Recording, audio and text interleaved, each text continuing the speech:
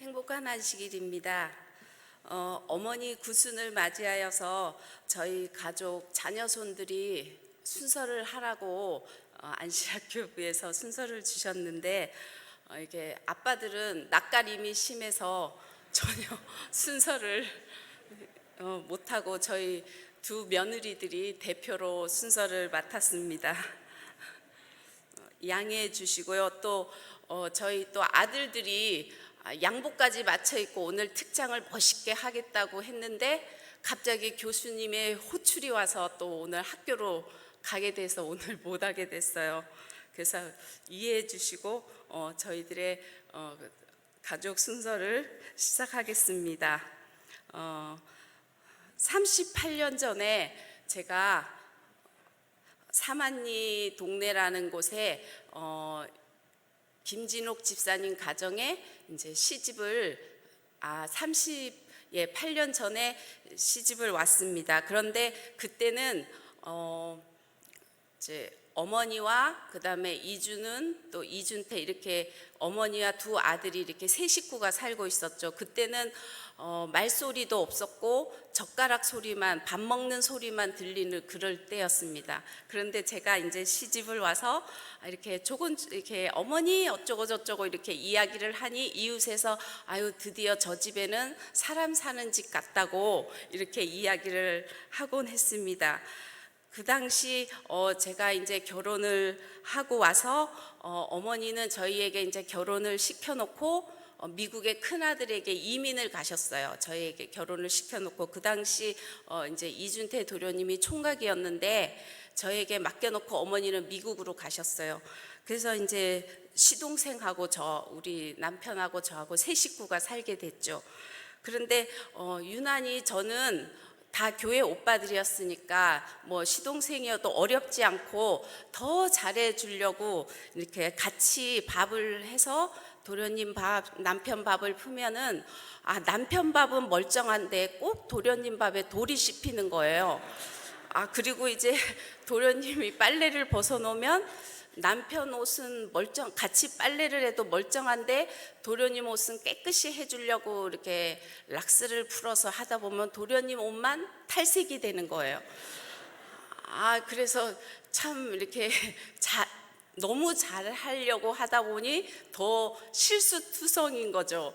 늘상 끓이던 라면도 도련님을 끓여주려고 하면 한강이 돼서 낚싯줄을 하게 되고 희한하게 이렇게 평상시와 달리 더 잘하려고 하면은 잘 안 되더라고요. 그렇게 이제 시동생과 살다가 드디어 천성교회 이제 여자 청년 광미선 청년을 만나서 도련님이 이제 결혼을 하게 됐어요.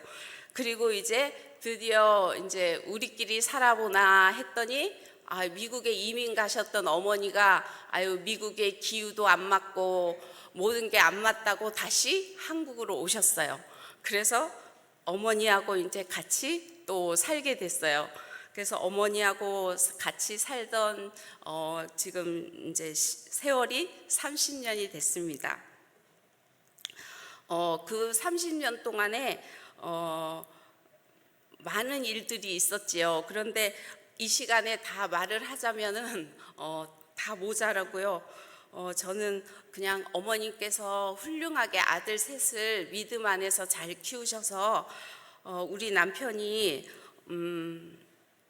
꿈이 간대했어요. 이렇게 국가 자격증을 따서 자기가 외국에 두바이로 돈 벌러 가서 돈을 많이 벌겠다는 그런 꿈을 가지고 국가 자격증을 어머니 몰래 따서 이제 내일이면 두바이로 출발을 할 그 당시에 어머니에게 바로 가기 전날 들켜버렸어요. 그래서 어머니에게 붙들려서 그 뒤로 시조사에 이제 출근을 하게 됐습니다. 그래서 우리 남편이 그 뒤로 시조사에 35년 다니게 되었어요. 그래서 35년을 시조사에 다니고 또 삼육식품에 3년을 다니고 그래서 드디어 지난주에 38년간의 모든 직장을 마치고 은퇴를 했습니다. 그래서 이제 이번 주부터는 집에 이렇게 삼식이가 되었는데요. 그동안 이렇게 저도 이렇게 세월을 보면은 제가 결혼해서 지난 35년 세월 동안 굽이굽이 인도하신 하나님께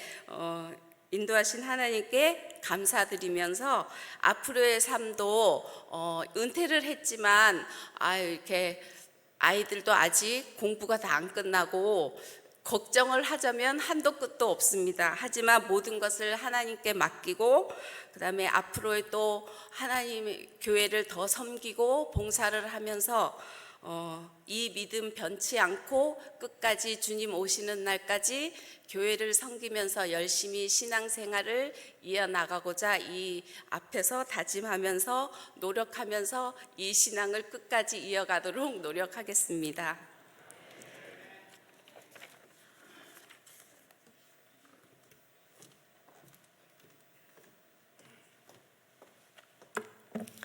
안녕하십니까. 행복한 안식일입니다. 오랜만에 이제 살다 보니 오랜만에 저도 이 자리에 서게 됐는데요. 제가 사실은 눈이 좀 안 좋아서 안경을 갖고 왔는데 안 쓰는 게 더 좋을 것 같다는 생각이 들었습니다. 되게 부담스럽고 떨리는 한 주를 보냈는데 저는 이제 이 교회에 사실 이 별내교회 전신인 사만리 교회에 시집을 와서 저희 아이들이 그 봉헌식도 하고 유치반, 유년반, 소년반 학생회, 청년회까지 이르기까지 이 교회와 함께 산 증인이라고 하기는 좀 그렇지만 오랫동안 지켜봐 오면서 느낀 점을 좀 말씀드리겠는데요. 저희 아이들이 이렇게 변함없이 별내교회에서도 저희 아이들은 커나가고 있고 저는 이제 점점 나이 들어가고 있는 중입니다. 그래서 그리고 또 제가 이 교회에서 보면서 이제 한 세대가 가고 한 세대가 오면서 느끼는 거는 정말 인생이 꽃과 같이 짧다라는 거를 실감하면서 살고 있는 중이에요. 그 사이에 저는 이제 이 교회 다니면서도 직장도 옮기고 또 다른 사회 활동을 하면서 또 다른 부류의 사회 사람들을 만나지만은 마음속으로 이 사람들하고의 관계는 목적 달성을 하거나 이해관계가 끝났을 때는 다 끝이라는 생각이 들으니까 사회의 사람들하고는 끝까지 이어지고 오래 가는 것 같지는 않더라고요. 그때 이제 제가 느낀 거는 정말 소중한 것은 내 가족과 그리고 내가 적어도 일주일에 2번 또는 1번 만날 수 있는 끊임없이 계속 몇십 년 동안 이어오는 이 교인들하고의 관계는 정말 하늘나라 갈 때까지 오래 지속되는 소중한 관계라는 걸 느끼게 되었습니다. 작년에 제가 친정 엄마가 돌아가셨어요.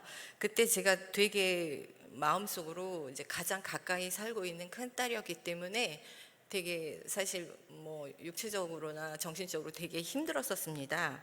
그 작년에 힘든 경험을 한 동안에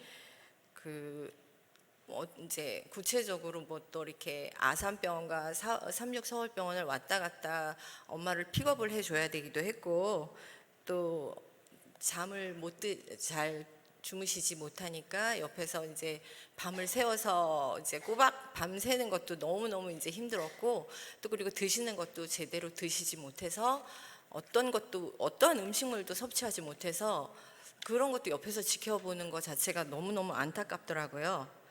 그래서 결국 이제 당사자인 친정 엄마와 그리고 또 지켜보는 친정 아버지 그리고 그리고 동생들 너무너무 힘든 작년 한 해를 보냈습니다. 근데 어느 날 요양보호사 엄마를 케어해 주시는 요양보호사님과 제가 이제 친정집 방문을 딱 여는 순간 친정 엄마가 저도 옆에 있었는데 그 요양보호사님한테 어디 갔다 이제 왔느냐, 당신이 없으면 내가 못 산다, 내가 죽을 것 같다는 뜨면서 약간 노여운 말씀으로 요양보호사님한테 말씀하시는 거예요. 그러면서 요양보호사님을 막 끌어안고 얘기를 하시는데 저는 살짝 배신감이 들었습니다. 아니 딸인 나를 두고 어떻게 이럴 수 있단 말인가라는 생각이 들었고, 나도 되게 나름대로 노력을 했는데 하고 생각을 했는데 가만히 생각해 보니까 잠시 후 그 생각을 다시 고쳐 먹게 되더라고요. 그러니까 저는 가족이 있기 때문에 이제 친정을 떠나서 결혼을 했으니까 가족이 있을 거란 말이에요. 그래서 적어도 친정 엄마를 아무리 잘한다 그래도 2번 정도 주말에 가서 부모님을 보는 것이었기 때문에 매일매일 3시간씩 엄마 옆에서 엄마를 케어하는 요양보호사님하고는 엄마가 생각하기엔 절대 지금 나에게 필요한 것은 요양보호사님이라는 생각이 들으셨나 봅니다. 그래서 제가 그때는 엄마가 저보다는 그 당시에는 정말 요양보호사님이 더 절실할 수 있었겠구나라는 생각을 하게 됐습니다. 결국엔 내가 매일매일 보는 내 가족들, 그리고 내 가족 구성원들, 그리고 또 일주일에 한 번씩 보는 우리 성도님들, 이 가장 중요한 사람이라는 것을 깨달아요. 왜냐하면 제가 이렇게 교회에 있어도 물론 이제 이 별내교회가 커서 이제 저를 모르시는 분들은 많겠지만, 그래도 또 이렇게 제 자식들, 또 그리고 제 부모님 다 아는 우리 원로 집사님들 보면 좀 친정 부모님 같다는 생각도 드는 건 사실이에요. 그리고 그런 분들이 없다면 내가 어디 갔다 이제 와서 내가 뭐 저기 죽을 뻔했잖아 하고 말하는 우리 요양보호사님, 엄마가 요양보호사님한테 했던 말씀처럼 저도 그럴 것 같다는 생각이 들었습니다. 인간은 살면서 그러니까 힘든 순간이, 그러니까 왜 힘든가를 생각해 봤더니 항상 자기 자신을 증명하면서 살아야 되기 때문에 힘들어요. 근데 인간의 욕심이기 때문에 매일매일 나를 증명해야 되고, 근데 그게 어떻게 보면 나를 발전시킬 수 있고 내 삶의 발전의 원동력이기도 하지만 좀 힘들다라는 생각이 들잖아요. 네, 그런데 그럴 필요가 전혀 없는 내 가족들은 전혀 그럴 필요가 없잖아요. 그렇게 하고 내가 끊임없이 나를 어떻게 보이려고 애쓰지 않아도 되는 가족들이 늘 내 곁에 있다는 것 자체가 너무너무 행복한 것 같아요. 그리고 그런 가족들보다 더 나를 끔찍히 생각하는 하나님이 계시다는 거, 그거를 생각해 본다면 우린 정말 행복하지 않을 수 없습니다. 저는 이렇게 무릎을 꿇고 막 기도하는 스타일은 아니지만 그래도 날마다 마음속으로 하나님을 생각합니다. 그리고 어떤 때는 막 그냥 이렇게 속으로 생각하는데, 하나님 제 맘 알죠? 하고 딱 기도를 끝낼 때도 있어요. 왜냐하면 늘 얘기하고 대화하는 사람은 굳이 눈빛만 봐도 알기 때문에 여러 말을 할 필요가 없고 증명해야 할 필요가 없는 거예요. 그래서 저는 이제 또 이렇게 생각해 보건대 가장 그 사랑이라는 거 있잖아요. 지금 이렇게 부부 사랑의 끝판왕은 뭔지 아세요? 부부 사랑의 끝판왕은 그러니까 측은지심이래요. 근데 그 말이 진짜 맞다고 생각해요. 그러니까 우리 지금 옆에 계시는 부부라면 이렇게 마주 봐주시기 바랍니다. 얼마나 측은한 사람이 옆에 있습니까?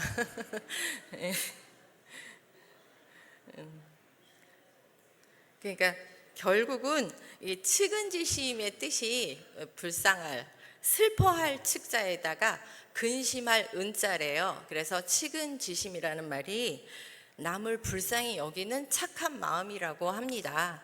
근데 그 말이 맞는 것 같아요. 저도 젊었을 때는 아이들 우선이었는데 지금은 인간은 나 위주의 동물이라 지금 나를 가장 아끼고 나를 사랑해 주는 사람은 남편뿐이고 또 부부뿐이고 또 그리고 결국은 또 내가 내 자신을 가장 사랑하는 수밖에 없는 것 같아요.